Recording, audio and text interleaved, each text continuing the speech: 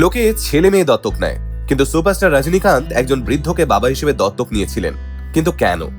নিজের বাবা থাকা সত্ত্বেও অন্য একজন মানুষকে কেন বাবা হিসেবে দত্তক নিতে গেলেন রজনীকান্ত?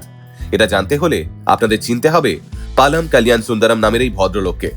এবার কে এই পালাম কল্যাণ সুন্দরম, আর কেনই বা তাকে ম্যান অব দ্য মিলেনিয়াম বলা হয়? চলুন তাহলে আজকের ভিডিওতে আমরা সেটাই জানার চেষ্টা করি। পালাম কল্যাণ সুন্দরমের জন্ম 1940 সালে তামিলনাড়ুতে। তার বাবা পালাভান্যা নাথন ছিলেন স্থানীয় এক মন্দিরের অধ্যক্ষ, আর মা তায়াম্মা ছিলেন গৃহবধূ। ছোটবেলা থেকে সহজ সরল জীবনযাপনে অভ্যস্ত ছিলেন পালাম স্যার। পালায়ান কোত্তাইয়ের সেন্ট জেভিয়ার্স কলেজ থেকে গ্র্যাজুয়েশন করার পর তিনি লাইব্রেরি সায়েন্সে গোল্ড মেডেলিস্ট হিসেবে পোস্ট গ্র্যাজুয়েশন কমপ্লিট করেন। আর তারপর তুতিকোরিনের শ্রী বৈকুণ্ঠমে কুমার কুরুপারা আর্টস কলেজে একজন লাইব্রেরিয়ান হিসেবে চাকরি করা শুরু করেন। এতদূর অবধি ভারতবর্ষের আর 5 জন মানুষের মতোই জীবন কাটাচ্ছিলেন পালাম স্যার। কিন্তু তারপরেই ঘটে একটা আশ্চর্য ঘটনা। একদিন পালাম স্যারের কলেজের সহকর্মীরা কথায় কথায় সমাজের একটা গুরুত্বপূর্ণ বিষয় নিয়ে আলোচনা শুরু করেন। বিষয়টা ছিল, সবাই গরিব মানুষের প্রতি সহানুভূতি দেখায়, কিন্তু কেউই নিজের সবটা দিয়ে গরিব মানুষদের সেবা করে না। ওগুলো বইয়ের পাতাতে গল্প হিসেবেই শুনতে ভালো লাগে। পালাম স্যার সেদিন চ্যালেঞ্জ নিয়েছিলেন নিজের সহকর্মীদের সঙ্গে। বলেছিলেন, আগামী 1 বছর আমি এই কলেজ থেকে যা মাইনে পাবো তার পুরো টাকাটা আমি গরিব শিশুদের শিক্ষার জন্য উৎসর্গ করে দেব। কিন্তু তাহলে পালাম স্যারে চলবে কি করে? খেয়ে পরে বাঁচার জন্য একটা হোটেলে ওয়েটারের কাজ করা শুরু করলেন পালাম স্যার। এভাবেই 1 বছর কাটলো। পালাম স্যার দেখলেন তিনি বিষয়টাকে যতটা কঠিন ভেবেছিলেন এটা ততটাও কঠিন নয়। তাই তারপর থেকে এটাই হয়ে দাঁড়ালো পালাম কল্যাণ সুন্দরমের রুটিন। টানা 31 বছর লাইব্রেরিয়ান হিসেবে চাকরি করেছিলেন পালাম স্যার। তার মধ্যে 30 বছরই তিনি মাইনের সমস্ত টাকা দান করে দিয়েছিলেন।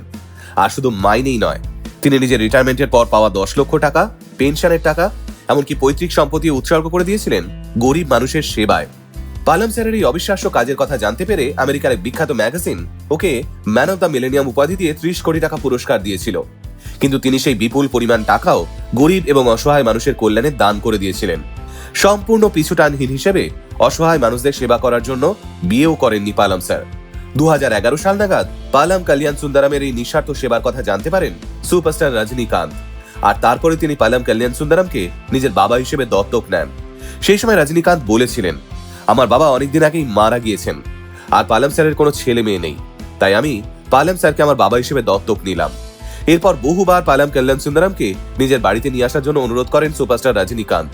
কিন্তু পালাম স্যার রজনীকান্তকে বলেন, আমার কাজ যে এখনো শেষ হয়নি ছেলে, কাজ না শেষ করে বাবা কিভাবে রিটায়ারমেন্ট নিয়ে ছেলের সঙ্গে এসে থাকবে?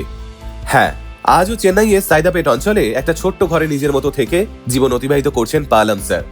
নিজের এই অসাধারণ আত্মত্যাগের কারণেই ইউনাইটেড নেশনসের তরফ থেকে প্রকাশিত 20 শতাব্দীর শ্রেষ্ঠ ব্যক্তিদের তালিকায় জায়গা করে নিয়েছেন পালাম কল্যাণ সুন্দরম। ভারত সরকারও তাকে ভূষিত করেছেন পদ্মশ্রী সম্মানে। আজকের দিনে দাঁড়িয়ে যখন সবাই নিজের স্বার্থ আর আখের গোছাতে ব্যস্ত, তখন পালাম কল্যাণ সুন্দরমের মতো মানুষ সমাজের চোখে আঙুল দিয়ে বুঝিয়ে দেন যে অর্থ আর ক্ষমতা দিয়ে নয়, একজন মানুষ অমর হয়ে ওঠে তার নিঃস্বার্থ ভালোবাসা আর মানব সেবার মাধ্যমে। আমাদের গোটা টিমের পক্ষ থেকে পালাম কল্যাণ সুন্দরম স্যারকে কুর্নিশ জানাই আমরা। আপনার মতো মানুষকে নিয়ে আসমুদ্র হিমাচলের গর্ব করা উচিত। ভালো থাকুন স্যার।